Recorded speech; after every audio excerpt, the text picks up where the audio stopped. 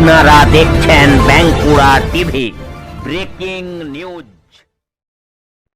বাঁকুড়া টিভিতে আপনাদেরকে স্বাগতম।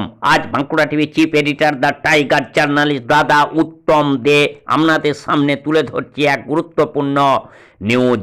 আজ বাঁকুড়া জেলার জয়পুর ব্লকের সুকজোড়া মোড়ে বিষ্ণুপুর কতুলপুর অহল্যাবাই রাজ্য সড়কের উপরে এক মধ্যবয়সী যুবকের অস্বাভাবিক মৃত্যু ঘটল লরিতে পিষে গিয়ে। ঘটনাস্থলেই ওই যুবকের মৃত্যু হয়। খবর পেয়ে জয়পুর থানার পুলিশ প্রশাসন তড়িঘড়ি ওই জায়গায় পৌঁছায় এবং ওই মৃত যুবকের দেহটি জয়পুর প্রাথমিক স্বাস্থ্য কেন্দ্রে নিয়ে আসে এবং প্রাথমিক স্বাস্থ্য কেন্দ্র থেকে জানানো হয় যে ওই মধ্যবয়সী যুবক মৃত।